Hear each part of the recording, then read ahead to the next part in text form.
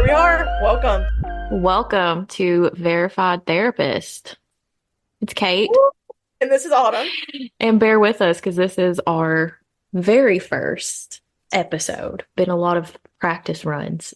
A lot of lighting and angles and phones propped up on things that are not very trustworthy. Internet going out like right before this. We're doing it though. We're doing it. We made it here. We have. So this is a podcast about pop culture and therapy. Two very different things.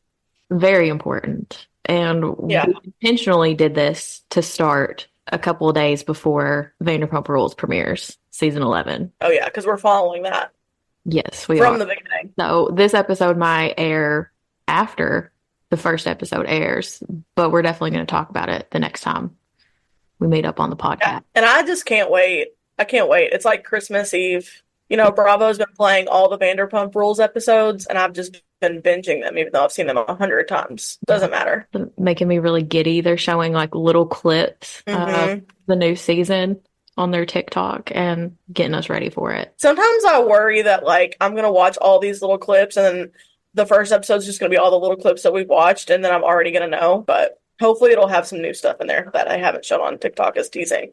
Yeah, they better. They better not show it all. I'm just wondering how quick it all will pick up, but we'll see. We shall see. I mean, Lala said we're going to be split, and I don't know what she means by split. Like, are we going to be split on what, Lala? Because there's no way I'm split on Tom. There's no way. Absolutely not. I mean, there's no redeeming Tom Sandoval. No. Well, we'll see. Watch us be like at the end of the season. No, there's no redeeming him. But I would be surprised if we get to the end of the season and we're like, well, I kind of see Tom. No. I don't think it's going to We're done happen. with Tom. We're done with you, Sandoval. Well, do you want to go into the weekly highs and lows? Tell us about your highs and lows of the week. We're going to try this segment on here. It's going to be the weekly highs and lows. We're going to go through that. So I don't know. I have like two really big lows. So we're going to start off with the negative and then go to the positive. So the first really big low was my aunt texted me and said that she got us Eras tour tickets because her friend got us tickets. Come to find out, my aunt's friend was scammed. So no Eras tour tickets for November. The ultimate betrayal. Ultimate betrayal. I got really excited. So very heartbreaking to find that out. And then also the next low is we were going to do a practice run on Friday, and I was digging through a box and I cut my finger on a nail and had to go to urgent care to get a tetanus shot. This was all within like 24 hours. Yeah, literally 24 hours. The no Eras tour and then cutting my finger on a nail. A roller coaster. I'm just glad you went and got a tetanus shot. Yeah, I was it's really painful. We've all gotten tetanus shot because we had to for school. Mm-hmm. But I didn't remember them being this painful. Yeah, do you have like a knot under your arm? Like where you got it? Sometimes people get knots. Yeah, Which sounds I do. terrible. You do? Yeah, I did not realize that. I mean, it's really like stiff through here, but I also just now noticed that there is a knot under the skin. That's disgusting. I think it's kind of wild that tetanus is like, it makes your muscles stiff, but then you get the shot and you feel stiff. That is Are you weird. giving me a shot of tetanus? Isn't that what a vaccine is? It's like a strand of whatever you're fighting against. I don't know. So I guess you probably got a little bit of tetanus in you now. Yeah. I mean, Google the symptoms of tetanus and then tell me if you want tetanus ever. Tell me it's not the scariest thing that you've ever Googled in your life. That was horrifying when I was questioning whether or not I should go get a tetanus shot. And then I Googled the symptoms and I was like, nope. Yeah, because you were like, I don't think I'm going to go. And I was like, I want to think about that. I don't think this. Yeah. Well, the highs for the week is, I'm just going to say Taylor Swift wearing curly hair today. That is the high for the week for me. Shout out to the natural curly haired queens because I feel like that those were natural, 100%. I mean, it's raining there too, so I wouldn't expect anything less. Yeah, so there was no point in her straightening her hair. Good for her. Yeah, Making a statement for all the curly haired girls out there. I feel her pain. for sure. And since we're on this topic, I don't know, is the Chiefs game over? Did they win? Last I looked, it was 17-7 with like 7 minutes left. Do a quick little goog. It's 17-10. Final. 17-10 final. So the Chiefs are going to the Super Bowl. Heck yeah, we're gonna see Taylor Swift at the Super Bowl. And what is that? Well, I guess we will. Her first concert of her next leg is the 10th, and the Super Bowl's on the 11th. She'll be in Tokyo. Yeah, so is she gonna like fly back for the Super Bowl? Because she doesn't have a concert on the 11th. That would be a lot. That's a lot. That is an international trip. But she's like mad in love. So how are you gonna like be mad in love and not come support him at the Super Bowl? You know what I'm saying? And she's got a I feel PJ. like she'll do it. I feel like she'll do it. I said that to Josh earlier. I was like, I saw the Kelsey family getting off the PJ. He Yeah. said, "What the hell is a PJ?" Vanderpump Rules education. Yes. What are your highs and lows for the week? I don't really have any like big ones. Like I didn't cut my finger on anything. I didn't get fake tickets, anything like that.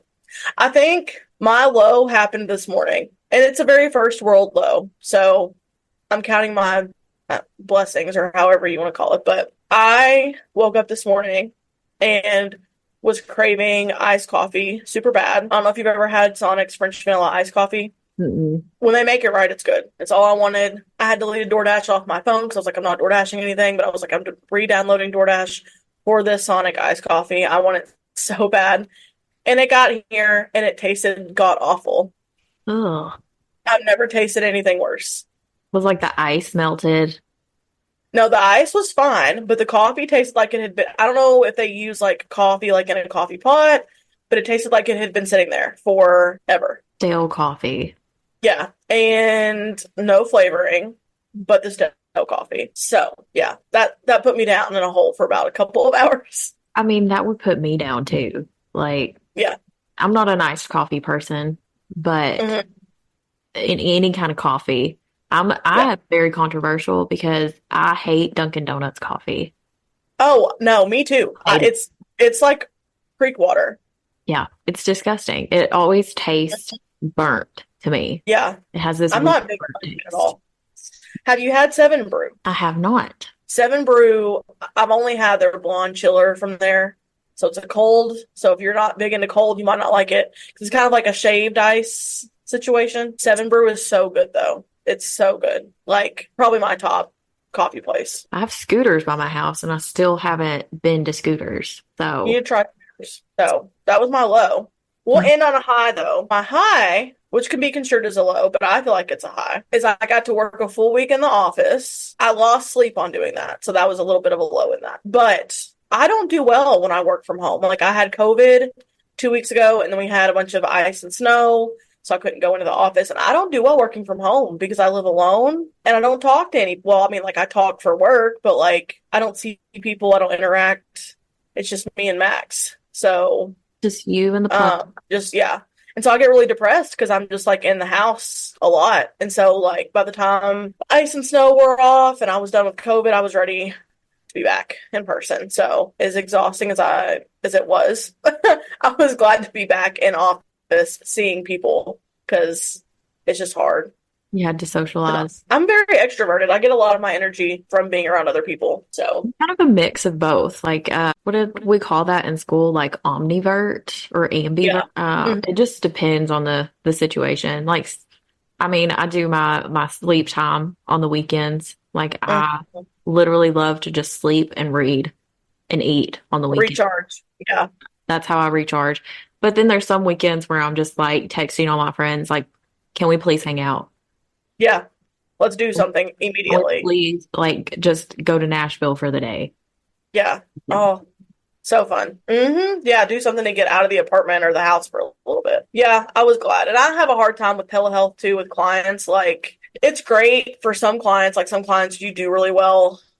Like, they engage really well. But for some clients, they just need that in person to really feel, because some clients do it from home and they don't feel comfortable saying what they want to say when they're at home with their family. So Yeah. Like they sometimes it's can just easier. even, I have clients that like go into a room and put like a sound machine on, but then they still don't feel 100% that like someone's not listening at the door to their Mhm. conversation. And I Right, completely right. get that. Yeah. So just a safe place in my office for me, for me to just go in there and be. Do you have a super cozy office? So I work out of two offices, and one of the offices is like unnaturally big. So like that doesn't feel as cozy. Like I've done what I can to like do like good lighting and things like that. It's just too big, so it's okay, but it's not great. And then my other one's kind of smaller, so that one's more cozy and it has like pastel colors and again like really good lighting and a nice window. So one of them is okay. Best I could do with what I got. Yeah. I think the vibes, beautiful day outside and there's a lot of light, then I'll do it out there. But Right. a lamp, if I turn this overhead light on, it is so harsh. Yeah, it's too aggressive. Yeah. And then the same thing at my office, like my in-person office, it's the same Mhm. thing. The Yeah. overhead lighting is very harsh and Hmm. honestly makes me nauseous. So I can't Yeah. imagine how it is for clients. But I have two Yeah. lamps with the warm lighting, and then you get all the decorations, like the therapy decorations, and then put a Yeah. blanket and lots of pillows on the couch. Yeah. That's how you make it a That vibe. was like my favorite part of like when I first became a therapist was like I get to make this space good for my clients because our overhead lights are the same. Like they're like fluorescent lights that'll blind you. And I'm like, who wants to be sitting there talking about their trauma and crying with a fluorescent light in your face? Nobody. I feel like you have to set up a good vibe from the beginning Especially if you're going to be there for 8 hours a day. because the vibe has to be good for us too, has to feel comfortable for us too. Or just annoyed that our lights are Like not what we just need them to be. completely pissed off and a client comes and sits down. Yeah, We have to like breathe for a second. yeah. We're gonna do this meditation at the beginning. It's not for you, it's for me. I don't care if you need it, I need it. Close your eyes. Yeah. Listen to this nice music for 10 minutes. Do you do meditation with your clients? Yeah, I think it depends. Some of them I can just tell that they're automatically like, no, this is dumb. So we talk about different like activities and stuff to meditate, but there's several that I'll in session meditations with, and kind of like teach them how to do it. And for some clients, it's like especially the ones that have a really hard, because it's a discipline, like disciplining your mind to meditate. It's like a muscle that you have to like work at. So the clients who have like a really hard time, but they're open to it, I'll try to do it pretty often with them. What about you? Yeah, I do it sometimes. It just depends. Like you said, like there's some clients that are not open to it at all. And then others who have been like, I can't get my mind to shut off. So we do some like thought stopping techniques to see if that Right. helps. But then like there's some people, and I'm convinced like some people's brains are just not built for meditation. Well, and two, you have to think like based on their diagnosis, because if they have a diagnosis where they have like auditory hallucinations, Hmm. if you go to meditate with them, that's all they're hearing and that's all they're focusing on. So that's not really meditative for them. A lot of times that causes more stress. So you really have to tailor it to if that's what the client needs or Like not. I've seen clients that will fall asleep. Like I had that when I was doing telehealth in my internship, and we would do like 5 minute meditation. Like it would be right after people would come home from work. Oh And yeah. so they would be sitting in their bed, and then all of a sudden you just see. So when the meditation was over, you'd have to like clap and be like, Yeah. "Hey, everybody, wake up." If I That have group, sometimes I'll do meditations in group, but I really have to see where the group is at that day because both of my groups are the same way. They're like later in the afternoon. And if they're already like tired, it's we're not doing meditation. We got to do something to wake us up a little bit. Do you want to talk about how we came up with the podcasting idea and why we're all here? Like, so I think how we came up with this was kind of a joke. So there would yeah, something would happen in the pop culture world yeah, or in work world, and like we would just text each other and be like, we need to talk about this on the pod, just as a joke. yeah, And then mm-hmm, eventually it started getting like more and more serious. And then we started like yeah. playing around with that idea to our friends. And then our friends were like, oh, that's actually a good idea. And we were like, it is. Okay. All right. So here we are, Yeah, recording the first episode after. years of talking about this. And it's kind of funny because all of those things, like we probably don't remember half of those things. So half those Yeah. things probably won't make it on the actual pod, but that we did. It started off as a joke. In the pop culture world. Oh my God, yes. It's really the stuff that we follow on a regular basis. Like it's just there's no way we can keep up with all of it. Absolutely not. So do you want to talk about how we met? Yeah. Okay. Generally speaking, we went through the same grad school program. Yes. I am a little bit biased, but I think that we had a top-notch grad school program. We Like, did. I feel like I would not have chosen to go anywhere else. It was the I best. loved our professors. Yeah, like I loved our professors. I loved everybody that we went to school with. They really focused on self-growth as much as like the academics of it, which I think is important as a therapist that you are a client and you know what that's like and you know how to go through that process. So I think that we had the bomb grad school program. We did. I think we had the best ones. And also when I talk to other therapists who didn't go through our program, like their Mhm. insight is very different from ours. And in a sense, not to brag, but there's some Yeah. things that I'm just like, we Hmm. taught this in grad school and they were like, oh, I had to learn this on my own. Right. Like, Right. no. What kind of program did you go through? Because I feel like this is Yeah. you should have learned in grad Should have school. learned in grad school. Yeah. Yeah, but No, like a lot of people, they had to just teach themselves on their own, or they mhm. learned it like in CEUs. Right. Which a lot of this job is you learn on the job, Mhm. but I feel like that we got such a good foundation. By the time I got done with grad school, I was like ready to be done with school. But I was so sad to be done with grad school. Yeah, Like it was sad because we got to go to class and see all of our friends and get that support. And we were kind of going through this like really hard. I'm like, it's hard. Being a therapist is hard. Getting into therapy is hard. And so we were all kind of in that boat together. And so, we've kept up with people from grad school, but it's just not the same. no, definitely not. And I remember at graduation, which you missed, I was so sad that you weren't there. I know. I was sad too after it was over. Like, I was like, I made that decision, but then not a good decision. Sad. At graduation, when we were lining up before we walked onto the field, Dr. Jenkins was there. And there's a picture, and she came up to me and she started crying and we're hugging, and she was whispering in my ear, "You're going to be so amazing and change so many people's lives," and gave me this like sweet pep talk and was Hmm. making me sob. And it's making me emotional right Yeah. now. But that Yeah. was the kind of professors that we had. They were Yeah. so, So supportive. I remember because I always think about this when I think of Dr. Jenkins. My last supervision class, I would always get so nervous. And I'm still like this now. Like, I don't have a lot of confidence sometimes. I think we all go through the imposter syndrome and stuff. But I would show the video and this is not great.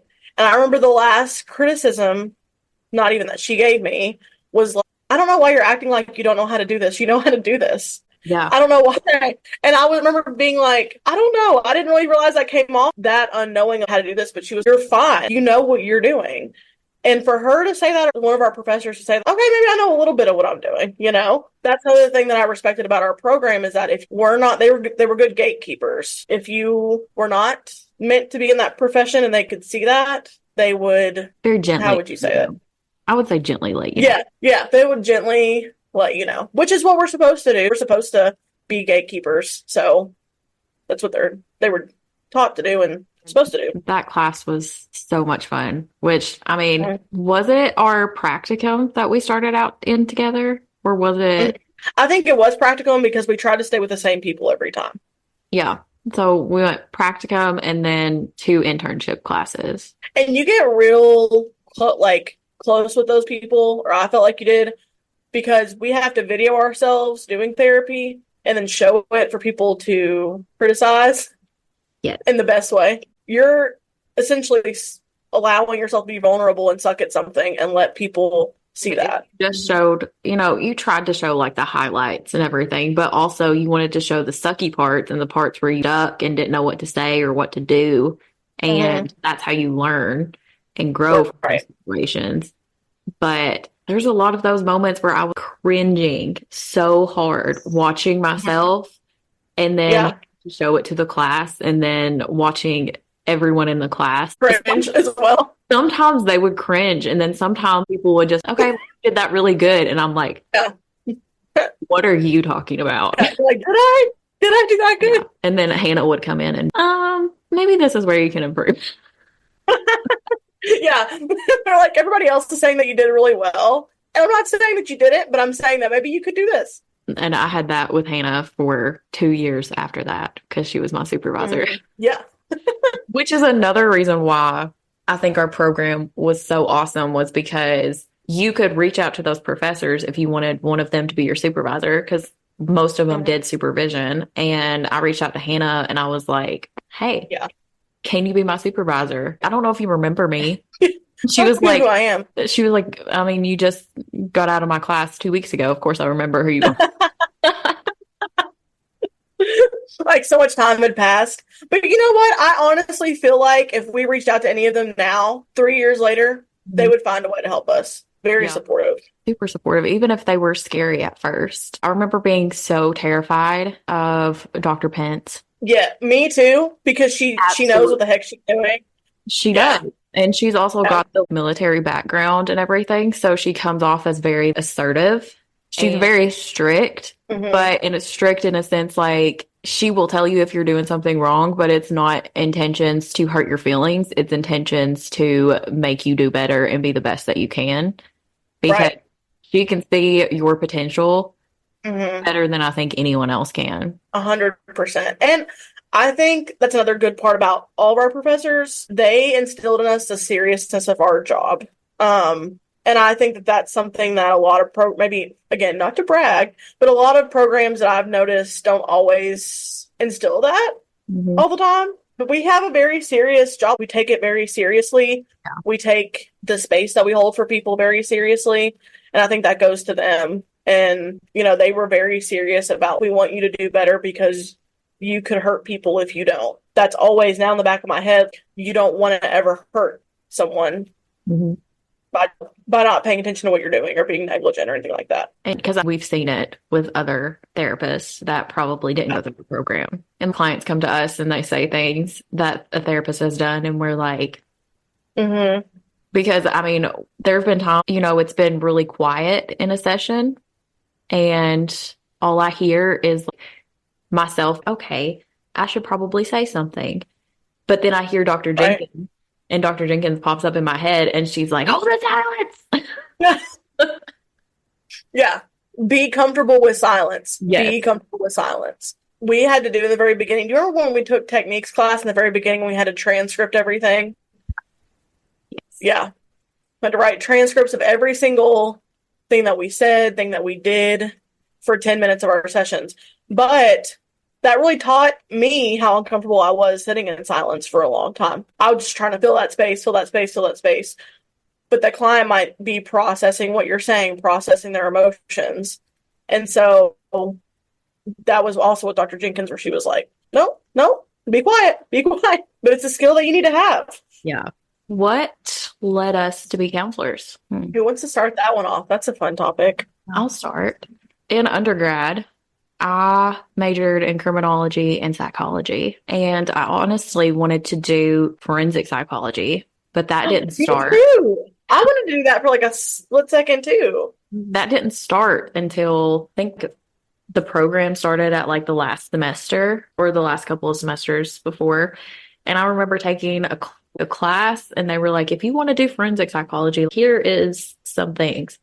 And I looked it up, did some more research. They showed me a bunch of different things. And pretty much some of it was looking at dead bodies. And they actually showed me pictures of things that I would be looking at. And I said, Yeah. no, Bye. I can't do that. Respectfully. Shout out to all the forensic psychologists because it couldn't be us. And I think a lot of it is when you look at forensic psychology, a lot of it is law and doing different kind of lawyer stuff. A lot of it is. But then there's Right. also the piece of it where you have to look at dead bodies. And I can't do that. Well, and just imagine I am terrified of court. Me and my one speeding ticket, no, absolutely not. I was terrified when I went into court for that. So, as a forensic psychologist, you were probably in court all of the time. Mm-hmm. Can't do that. So that was what I wanted to do. I also wanted to, for a little bit, I wanted to interview serial killers and kind of get into their minds and kind of do some like mind hunter-esque Oh, situation. that'd be so cool. Yeah. So have you watched that? Oh, I guess I love my Oh my gosh. really Oh, horrible good. that it like did not have a longer run than it would have had. It was amazing.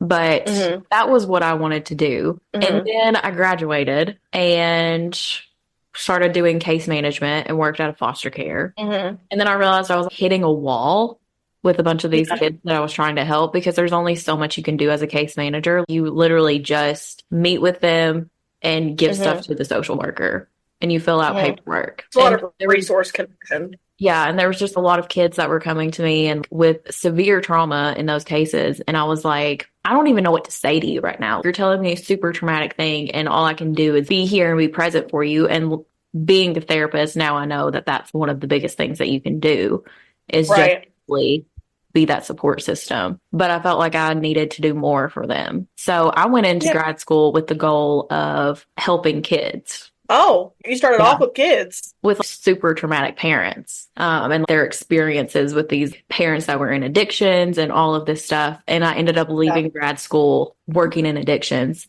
so I could work with the Yeah. parents to be there for their kids. So I got my addiction certificate. In grad school, in our grad program, there was different concentrations, and one of the concentrations was addiction. So, and now I'm not in addictions anymore, but I still work, even in working in private practice now, you still see addiction. Oh, it's everywhere. Yeah. It's everywhere. It's so prevalent. I don't think that there's any population that you can work with that you don't need a little bit of knowledge of addiction Mhm. or substance use at all. Yeah. And it's helped so much because also, I have clients whose parents were pretty much like the kids I had in foster care, but maybe like 10 years older now. And I'm able, with my knowledge of addiction that I learned in grad school and the 2 years that I was working in addictions, be able to help them now.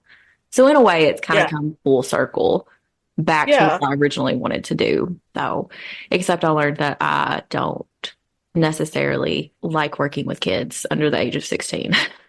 Yeah. It's funny how you learn things like that when you start working in it. Yeah, which I mean, majority of my caseload when I was a case manager was 16 plus. There was a few of them that were younger than that. But even when you work with foster kids, even some of those kids when they're like 12, 13, they've gone through so much shit in their entire life that Right. their age is probably older than that or younger than that, depending on Right. the Like situation. developmentally. Yeah. Yeah.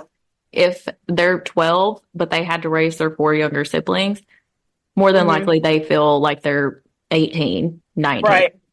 Right. 'Cause they've had to be the adult in those Mhm. situations. Those are tough ages too. The adolescent age, because that's just a hard time of development, I think. We can all think back to like, middle school, and you could Right. not pay me to go back to middle school. Working in that age group takes a special person. Not that you were not a special person. You could have 100% done it, but it's hard work. In this profession, you learn your niche. And Yeah. that was not it for me, especially after going from working with solely adults for like 3 years of my career, then going back to working Yeah. with kids. You're like, no. Girly pop. And I was like, what? Did you just call me girly pop? Sorry, what? Now they're calling you bruh every 2 seconds. Yeah. Literally telling me that I dress like a high school theater teacher. I got I that. really, you said the TH for theater teacher, and I really thought you were about to say thought. And I was like, that's so rude. It's so rude to say that you dress like that. Honestly, it wouldn't surprise me. Some of these kids are savages. They're honest. I'll give them that. They'll Yeah, be saying, as they say, out of pocket things. yeah, we're so old. We're not even 30 yet. We're like, we don't know what you guys are saying. If I wasn't on TikTok, I wouldn't know what they were talking about half the time. Yeah, TikTok keeps me young. I'll never delete TikTok because I'll be 25 forever as long as I have it. It's so 25 is like, this is a segue. We're segueing. We're not segueing. We're going to come back. But I feel like 25, I was thinking about this in the shower earlier. I feel like 25 is like my prime age. Like if my soul is going to stay at any age, it's going to be an 25. age. I mean, your brain is fully developed by that. I mean, you don't just like wake Yeah. up and I mean, I don't know, do you? Did you have a moment where you was like, oh shit, my brain's fully developed? I don't think I did, but I think I had like a 2 year span where I was like, stuff does not matter as much as I thought it mattered. And Yeah. like, I feel more clear. Does that make sense? Yes, it does. Hello, Maybe. Binks. Binks has made an appearance. I love him. How much does he weigh? too much for a cat. Oh, don't say that around him. You're going to give him a complex No, all of my animals are anxious, which I think says a lot about me as a person. as a person. Banks was on clonidine for a minute because he was so anxious and he was licking all of his fur off. So, Max does that. Max is a dog, but he bites his tail mhm, because he gets so anxious. I mean, our animals have been through a lot, but I mean, it's yeah, still. yes, they have. I mean, Binks and Millie have been through a tornado, moving multiple times, Millie going on the run for 16 days. Oh, I forgot about that. She did do that. Who knows what she saw out there in the world? Yeah, she was on the streets for 16 days. But like the streets of where we live is Yeah, dangerous. rough. It's rough out here.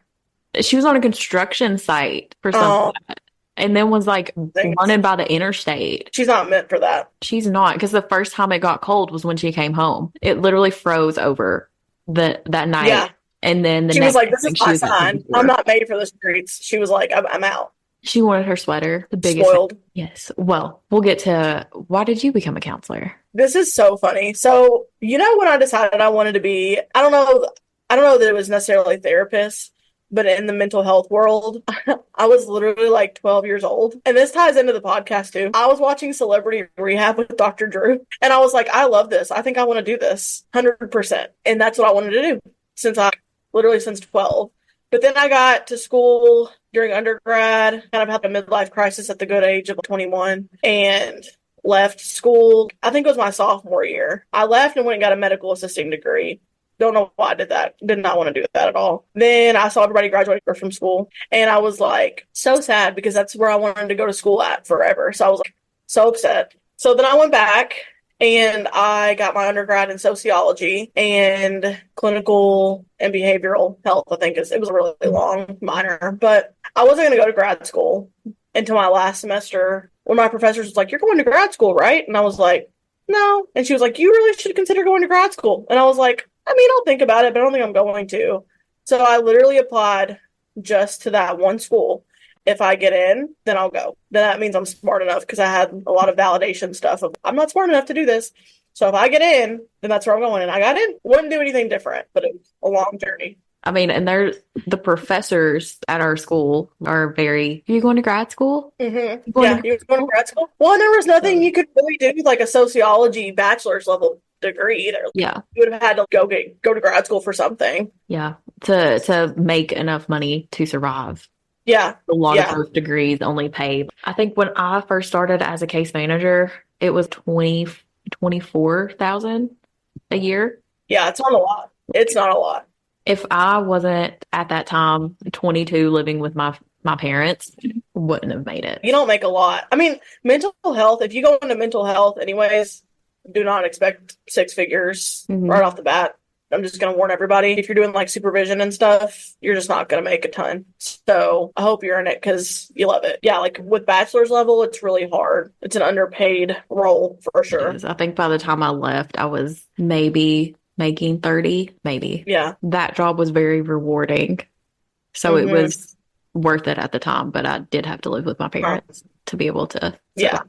I did a similar job like when I was in grad school at the company that I'm at now. And you get a lot of experience from doing those like out in the community and resource connection jobs that you can use in the therapy office. While I'm not where my hometown is, where I worked in, it Hmm. was still a lot of, like you said, resource, and you still learned a lot. And there's some Yeah. programs that are statewide that you learn. Hmm. I wouldn't have known how to make a CPS report Hmm. without my experience as a case manager. Right. I wouldn't have known how to navigate the like twist system, which is what Kentucky has, because it is very confusing. Oh, for sure. They don't make it easy.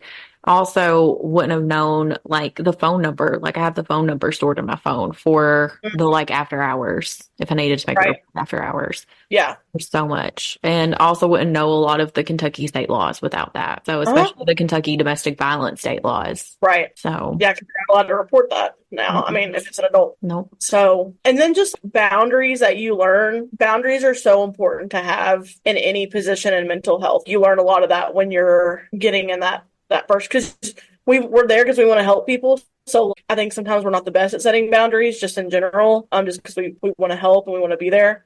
So you learn a lot about how to set those healthy boundaries Yeah. in jobs like that. Yeah. You learn about HIPAA too. Don't text about people. Don't text their Yeah, name. don't do that. Don't don't put any information in a text message that can be identifying. Don't do that. Going back to the boundaries of what you said, like what is appropriate to talk about with clients and what is not appropriate to talk about, like Hmm. for example, when I was a case manager, there was a group of foster kids that lived in like one specific household, and they decided to all go through my Facebook page. And I had a lot of it blocked, but they Hmm. still, like, I had majority of things blocked, so I have no idea how this happened, which Right. probably makes me very concerned about Facebook's privacy back then.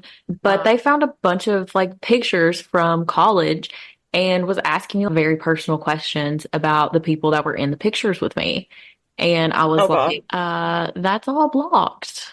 You're not Hmm. supposed to be able to see that unless you're my friend. Right. If you go into this field, just expect something like that to happen and maybe delete those pictures Yeah. or just And delete your Facebook. yeah, lock everything down.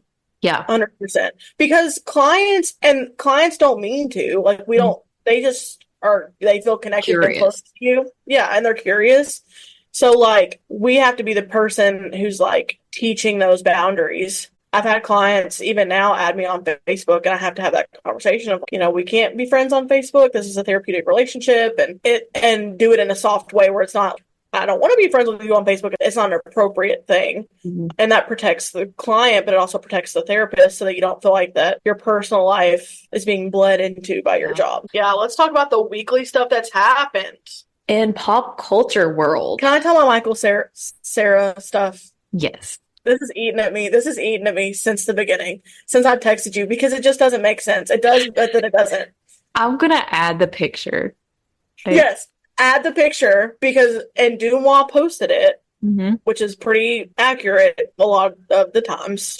Shit, yeah. Her record's kind of spotty So, sometimes, but at Michael Cera, well, the initial, I think, story was that Michael Cera was the founder of CeraVe face skincare line. hmm But I think that we found out that he's the ambassador, yeah, he's just a brand ambassador of which is still insane. That's still insane to me CeraVe, because it's just CeraVe. so I don't random. know, whatever Yeah. I don't reason. know if it's CeraVe or CeraVe, which Michael CeraVe, CeraVe. It makes sense in that sense, but nothing else about it makes sense. Apparently, CeraVe or CeraVe, however you say it, it's like a shortened version of this specific chemical or whatever. It's just a coincidence that it's just like a It is. coincidence that his name is Michael Cera. That's funny. It's like ceramide something. It's like short for that. So it is That's a coincidence. But yeah, whoever was reached out to Michael Cera to be like, can you be a brand ambassador? yeah. Genius. Absolute And genius. will you put these 500,000 bottles of it in a bag and then pass out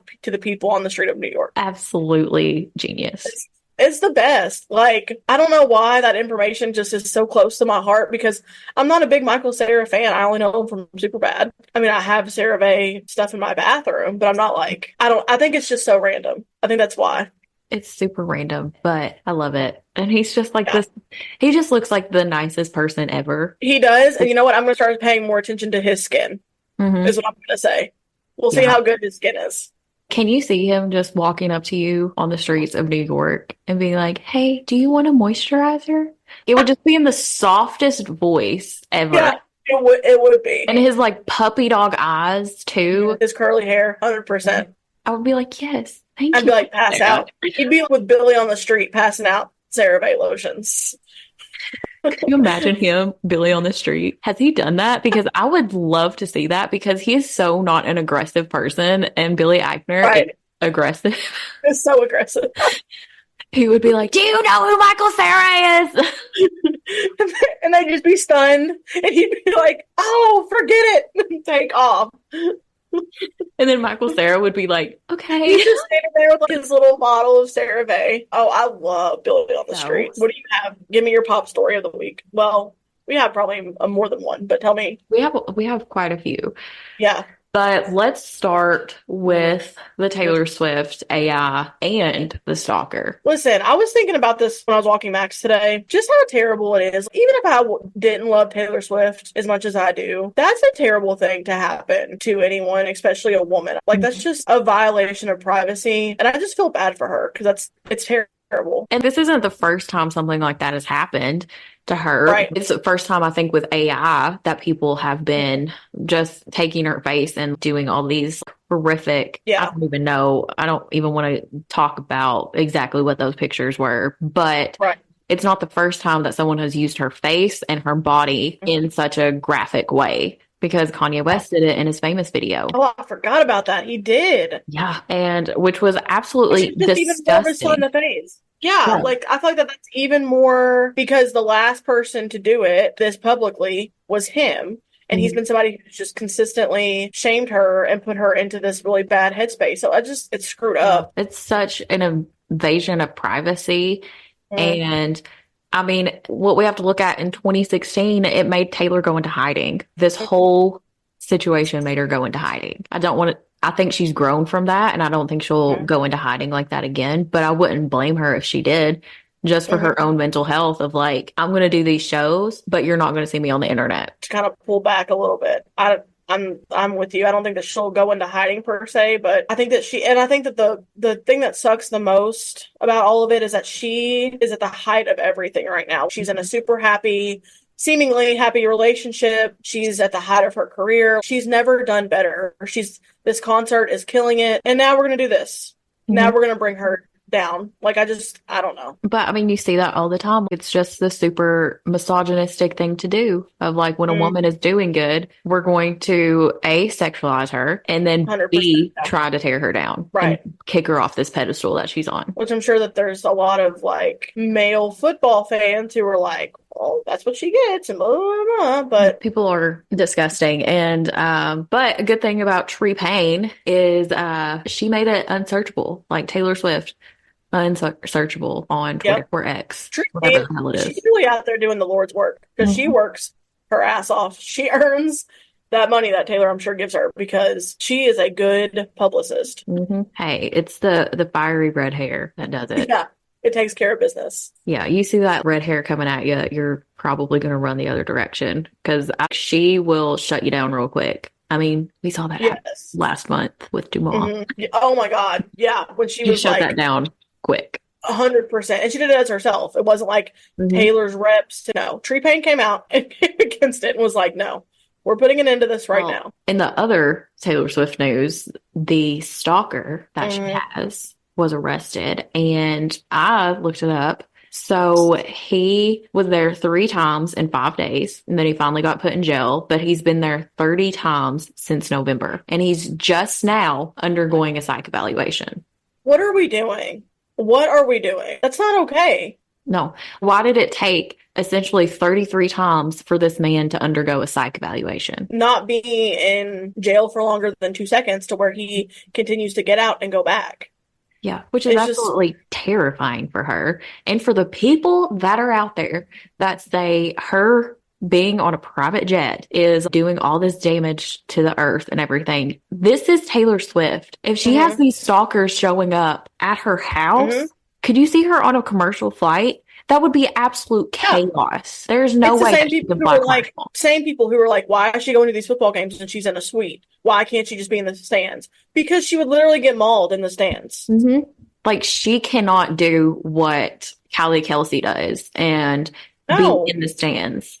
I'll be shocked if Kylie will be able to do that like next year with the way that, you know, her fame has gone up. Her fame is going. I mean, even Jason Kelsey jumping out, that was causing chaos. There were so many security guards over there. She would probably get hurt. I feel like that people don't really use common sense. Like, they just get mad because it's a woman who's very famous and does these things. She literally would not be able to do anything. She already can't do so much because of her fame. And I'm not saying we should feel bad for people who are famous. I'm not saying that, but I'm just saying her life is not normal. So you can't expect the circumstances to be normal. No. You just can't. And she deserves her fame. The She's working talent, for it. the hard work, everything. She deserves it. She can't even go to her friend's rehearsal dinner without coming Yeah. out to thousands of people Yeah, outside. and I'm sure she felt bad for that. I'm Yeah. sure she feels like I can't do anything. Nobody gives a flying Hmm. shit if I'm on a commercial flight. They don't care. But if she steps onto a commercial flight, it's going to be, like you said, chaos. What do you Yeah. expect her to do? And you're like, what, 40,000 feet up in the air? What if chaos breaks out? Mm-hmm. 40,000 feet up in the air. What are you going to do? Right. An emergency landing takes time. Like, Yeah, you can't just be so like, you okay, can't we're gonna just land do here in that. the middle of the ocean. Absolutely I, unhinged. I just feel like it's not really fair, the expectations put on her to Mm-mm. live this normal life that she literally cannot. And I mean, just imagine the fear. I just think about like the mental health aspects of it too. And like the fear of walking out to thousands of people pointing their phones at Mm-hmm. you. And Mm-hmm. just, I mean, this is America. It's terrifying to think Yeah. of like that many people being out there watching you just walk to Mm-hmm. your car. And our gun laws aren't really No, tight like they could be. So no. who people can just have a gun, you know? It's absolutely terrifying. And, but Mhm. I do know that her security does a really good job. There's like 30 security guards with her at all times. When she was in South America, they had snipers. Yeah. It I was mean, they bad even down. had it in America. They had snipers everywhere. You didn't see them, but they were there. They were there. They were So surrounding the stadium. They were yeah. watching people very closely. If anything, I felt so safe at a Taylor Swift concert because I was like, her security is going to make sure this place is locked down tight. I get really nervous going to big places like that. I think what really did it when I was younger and the Dark Knight movie Oh, yeah, shooting that happened, was terrifying. that yeah, that spooked me. So now I have a hard time like going places and have never felt safer at a concert than I felt at Taylor Swift's concert. I was not concerned in the least bit. And I Mm-mm. think it was just her security, but also the people around you. There was not one person that I was like, they're being a little sus. Her fan base, her security, the whole experience was safe and comfortable. So I echo that. She's really got it. Whoever she's hired, I feel like I've seen stuff like she's hired ex like Secret Service, FBI agents, some very professionally trained people watching Right. her. So very high up people watching her. This is very random. What is your thoughts on Ariana Grande? I love Ariana Grande's music, especially what is that album? Sweetener. One of my favorite albums. That whole era, like she put out two different albums back to back, and they were so Yeah. good. I really felt for her during the Mac Miller situation. Everybody at some point has their Pete Davidson era. 100%. And I also feel for her during the whole Manchester, Yes. situation. That was absolutely horrific. Right. And for the aftermath of Scooter Braun to come out, I think there could have been a concert without Ariana having to perform. There could have been Yeah. multiple people that could have come out and been like, hey, this is for the victims, Mhm. but Ariana is not. If she comes out and she says something, but to make her perform was absolutely horrific because she was Mhm. going through it. And she's talked about this. She had severe PTSD after that. And Sure. for Yeah. Scooter to come out and just make her do that, Mhm. be like, you're contractually obligated to do this. Like, that was really shitty, which shows what kind of person that man is. We're not Ron fans. Mm-mm. But as of late, I will say I don't agree with the choices that she is making. I know we only see a portion of it, but from Mhm. what we see, we've seen the wife come out and talk about it. Like Ethan's wife come out and say like she was playing with my kid, our brand new baby. She went to dinner with us. She did this, and It doesn't like look I good. did, and her to kind of be like, I didn't see this coming, kind of shows Yeah. where the wife stands on the situation. But I mean, if she's happy, then girl, be happy. But you did not go the right way about this Yeah. at all. You And didn't blow up the whole family. yes, but I also see, and this is where I see people blaming her more than blaming Ethan. She gets shit on a lot more than Ethan, and I Yeah. don't think her putting out this new song Helped. It didn't help anything. was a good idea. Yeah, I no, don't it did think not it helped help her anything. case. Literally the same as you. I wasn't ever a huge Ariana Grande fan, but I definitely felt for her during those traumatic things that she had been through. And when she had finally met her husband, I mean, she seemed like genuinely happy, or I guess he's her ex-husband now. She seemed happy, and I was good for her. She's been through hell. She's finally found like a stable relationship. You didn't really see a lot about them. And then for this whole thing to happen, her to divorce him, Ethan to divorce his wife, the wife coming out and talking, I'm like, I just I don't think you can start a relationship like that and it be, like, I just don't feel like that's a good foundation. I'm Mm-mm. not saying that it can't ever work, but I'm just saying, like, when you start a relationship like that, that's a really hard foundation to start with because it's just not a healthy foundation. And I think this goes into the other topic that I wanted to talk about. This goes hand in But hand with LeeAnn Rhymes. our girl LeeAnn, Our girl LeeAnn, our girl, like it's a very similar situation, but I think LeeAnn handled it very differently than Ariana. I think Ariana can take yeah, a note out of LeeAnn's book. There's a song that LeeAnn wrote. I think it's on her album Bitfire, maybe. It's called Borrowed, and it is like such a heartbreaking song that makes you really get into like the emotions of LeeAnn during that time. It talks about how she knows that Eddie is taken and is married, but she also doesn't want to give him back to his wife. And like, yeah. it's just like the heartbreaking hmm side of LeeAnn's story. As Ariana Grande took the approach of why are you all concerned about whose dick I ride? Like, ma'am, Yeah. Which is not even what it's about. It's not even about that at all. In those situations when, and I've seen that happen where they're like, well, why do you care who I'm having sex with or whatever? It's not even, that's very surface level. It's really not about who you're having sex with. Yeah, that's part of it, but there's a lot of emotions tangled up in that. And I feel like that's more painful than just having sex with somebody. You know what I'm saying? and that's I where don't know. LeeAnn, I think, took the route of like, let me show you my emotions behind this. Right. This is a really hard thing. Right. And if you see LeeAnn talk about this whole situation, like she is not proud of it. Whereas Ariana coming out with this song makes it seem like she's like bragging about it and being proud of Yeah, it. yeah, it humanizes LeeAnn when she writes songs about it and when she talks about it. You can kind of see how, okay, things like this can be messy and difficult. Mhm. Versus Ariana, where she comes out and she's like, it doesn't really matter. It just doesn't make her look remorseful or considerate of anybody else's feelings. LeeAnn also, she says that she talks about her and Eddie, and we were so in love that Mhm. we couldn't see anything else, and we couldn't see the hurt that we were causing the other people in our life until it was too late. Yeah. Which also, in a way makes me think of, well, why was Eddie also with other girls during that time too, like Sheena? Like, Yeah. so this is where it's gonna segue to Vanderpump Rules. Thank you, LeeAnn Rhyme, for Vanderpump Rules. Shout out to LeeAnn Rhymes because it's She's the been whole amazing. reason. Yeah. And people want to thank Sheena. No, we're not giving Sheena credit. We don't thank Sheena on this podcast. We don't thank her for that for Oh, anything. I will thank Sheena for one thing. I will thank her for her 5 minute monologue to Tom Sandoval last season. That's what I'm thanking her for. yes. The rest of it, no. That was amazing. That was the moment that I was like, oh, Sheena's being a girl's girl. And Yeah, she is, for the first. yeah, for like the first time ever, Sheena is being a girl's girl and being Mhm. absolutely amazing. But quickly changed after that. How LeeAnn started Vanderpump Rules, if everyone doesn't know.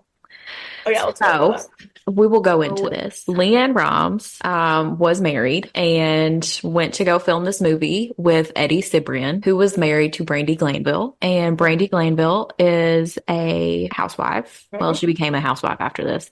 Beverly Hills, right? Yes, Beverly Hills. And then she's been on the vacation one that they've just done recently. Yeah. She went out to the press and was like, my husband is cheating with LeeAnn Rhymes. After that, Sheena Shea. Sheena Shea. Well, Sheena. What was her name before Sheena Shea? I don't remember. Introduced to her as Sheena Shea. Yeah, I know. Well, Sheena came out and was like, I'm gonna embark on this time and say I'm also having an affair with Eddie. Knowing Sheena now is not shocking. None of No. that is shocking. Girl, why are you? It's like another situation of someone bragging about being a mistress. Mhm. Ew, it puts like a really sour taste in your mouth. Whereas LeeAnn was like, I don't want this. I don't want this. Yeah, yeah. There's the difference. Yeah, Sheena came out and was like, hey, I'm also having an affair. And Brandi essentially joined Beverly Hills. And on Beverly Hills, the Real Housewives of Beverly Hills, Lisa Vanderpump was there.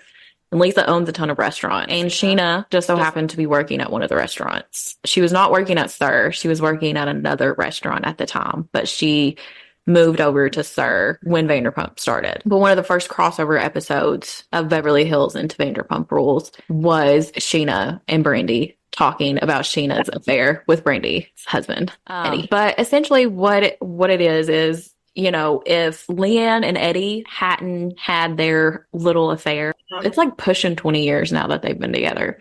Essentially, if LeeAnn and Eddie hadn't gotten together during that time and had the affair, then Sheena wouldn't have voiced her Sheena opinion and wanted her 15 minutes of fame. And then Brandy would have never joined the Housewives, and Lisa would have never met Brandy and wanted Sheena to pretty much start promoting Vanderpump Rules. So none of that situation would have happened without So then LeeAnn. you got Vanderpump Rules, which has been, if you haven't watched Vanderpump Rules and you like reality TV, you need to, because it's gold. It is They gold. struck gold. Vanderpump. I am the devil. Never forget it. I love her so much. Even that season where she kind of went rogue with Patrick, I was like, Stassi, girl, bring it back. This isn't Oh who gosh. you are. We're not about this. Her and Bo are perfect. The first season that Bo was on there and I saw them together, I was like, this is it for Stassi. Like 100%. this is magic. You can see the balance that they have. And even when she had her after that ice party with Ariana, because they have the same birthday, so they combined their birthday parties. Even that, when she freaked out on Bo and how he handled it with such grace. Mm-hmm. And he was like, I know you're crazy and I know you got a lot going on and you got a lot of relationship trauma, but what you're not going to do is act like that. Mm-hmm. It just kind of brought Stassi back, and you could see it just kind of be like, oh, I am the problem here. Let's fix this. And she and everybody else, if anybody else had told her that she was the problem, she was not going to listen to them. No, because it happened so many times. It was like, Stassi, you need to calm down. And she's like, no, you need to. It's my birthday. I'm going to say what I want. I'm going to do what I want. It's my birthday. Yeah. And when I say he's over and I want to go to bed, Bo needs to join me. He was like, 36 times. And it shows Bo. She's like, he's just ignoring me. He's just doing this and that. And it like shows Bo, and he's literally doing nothing. He's talking. He is like sipping on his drink, talking, not ignoring her, just vibing. Obviously doesn't have his phone. Yeah, like she's in the bathroom screaming, throwing her phone against the sink. And in reality, they were in the same house. She could have just walked to him. Yeah.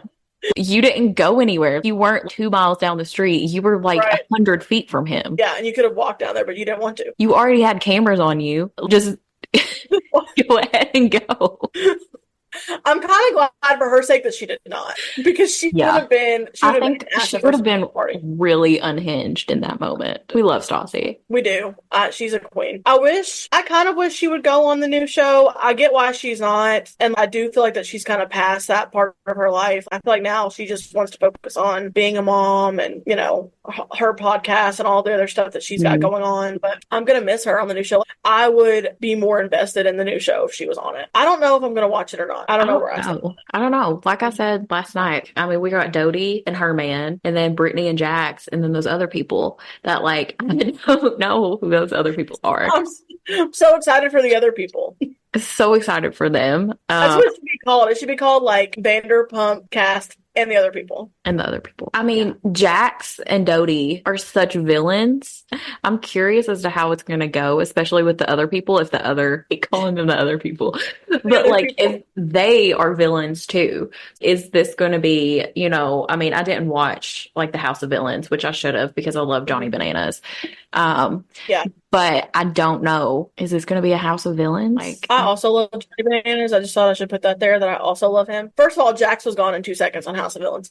But also, I knew it. I don't like Kristin. I can't get past it. I haven't liked her since the beginning. I feel like that she's really messy. Maybe she's not as messy now, but even when she came back to support Ariana, I still just don't like her. I just look at her and all I can think of is cigarettes and really cheap perfume. Yeah. I just feel like that's all I see. And we now know that Miami Girl was a thing, but she was so unhinged and so messy that even if you wanted to believe her, there was no way that you were going to buy into what she was selling. I just feel like she was just a debacle. Yeah, I hope she can get her point across now without coming off as unhinged. I know she's been in therapy, so I hope that has helped her a lot, because I think when she was the first few seasons of Vanderpump, she was so insecure, and it showed so deeply that's why I think she hooked up with Jax and cheated on Tom. And then also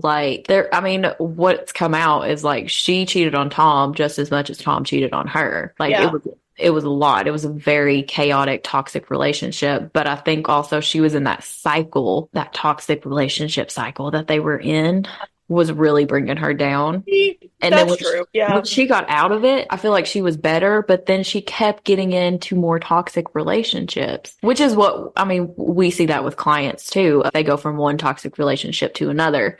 So I Hmm. hope this guy that she is with is not toxic because I mean, when she was moving into that house, do you remember that when she was moving into that house and they were like, you're finally away from old dude. And then she got a phone call and Oh gave yeah. old dude his like her And code to her those, house. And they were like, what are you what are you doing? doing? Yeah, what are you doing? Why are you doing this? And she was like, we're not together, so it's fine. And I'm like, And he's then got to go to your why house. does he even know where you live? Yeah. I Right, thought he was psycho and you didn't want right. him to know where you lived. So why are you letting him in your house? It's the same. And but you're right, we see the same thing. When you are in, and you know probably as well as I do, when you're in those kinds of relationships, friendships, whatever, it is so hard to see the forest from the trees. Hmm. And it's like I said today, if people had cameras on me in my 20s, which I'm still in my 20s, my early 20s, my mid 20s, I'll probably look like a train wreck to some people. So Yeah, honestly, I like, was a train wreck.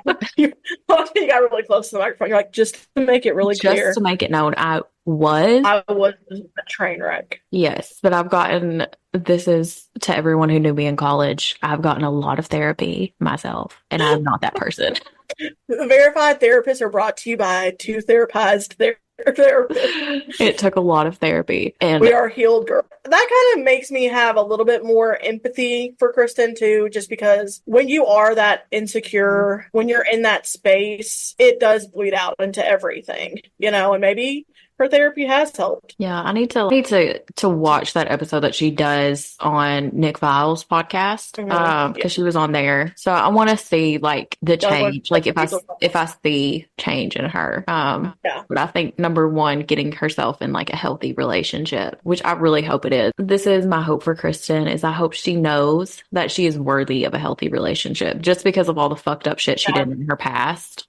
Right. She's worthy of a healthy relationship. We all Yeah. are. Yeah. 100%. Every single But one I of us don't, are. because what I saw her constantly doing that was she did not think that she deserved to be in a good relationship. Yeah. Well, and that's why you stay in something where Hmm. there's so much cheating and infidelity. I mean, I shouldn't say everybody, but a lot of the times it comes back to, am I more deserving than this behavior that I'm getting? Yeah. And that goes for romantic relationships, but also friendships, Hmm. family relationships. Is this behavior something that I'm deserving of? And when you get to a point where you're like, actually, it's not, and I'm gonna have to make some boundaries here. That's when things kind of start getting healthier. So maybe this relation, I mean, she's been with this guy for a while now, I think. Hmm.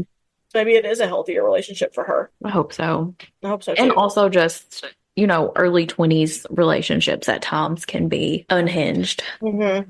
Yeah, my And I best can't friend says imagine. my best friend is like, you need that one good, solid relationship to just knock you on your ass Mhm. so you can come back and kind of work on yourself and get to a healthy place. I can't imagine the healing that you would have to do from being with a narcissist for that long. And the narcissist being Tom Sandoval. So I hope Ariana, which she looks like she is thriving right now, but Yeah. just the healing, the deep healing that you have to do from getting out of a relationship with someone like that and rewiring your brain too. Hmm. Because there were so many times watching Vanderpump back over the seasons because I mean for majority of it Ariana and Tom were together watching it back and being like, oh Ariana, why did you defend him on that? He was being absolutely horrible, but she really did have those like blinders on and we don't know what was going on behind the scenes either, what they Well, didn't and show on I camera. think what happens too is you kind of, in these relationships, we end up falling for the potential of someone. And something that I will say with clients is if nothing ever changes from the way it is today, would you be happy? Because you can sit there and you can say like, well, if he does this, this, and this, then I'll be happy, but we can't make him do this, this, and this.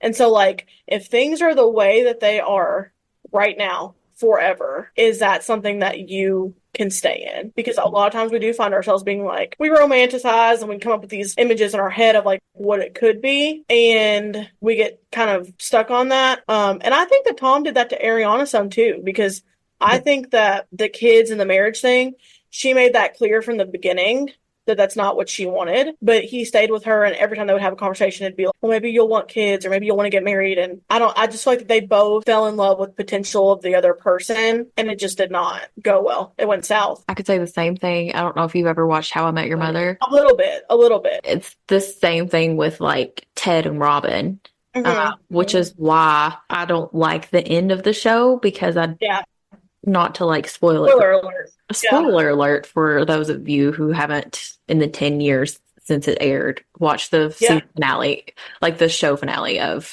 How I Met Your Mother. But he goes back to Robin. His wife dies.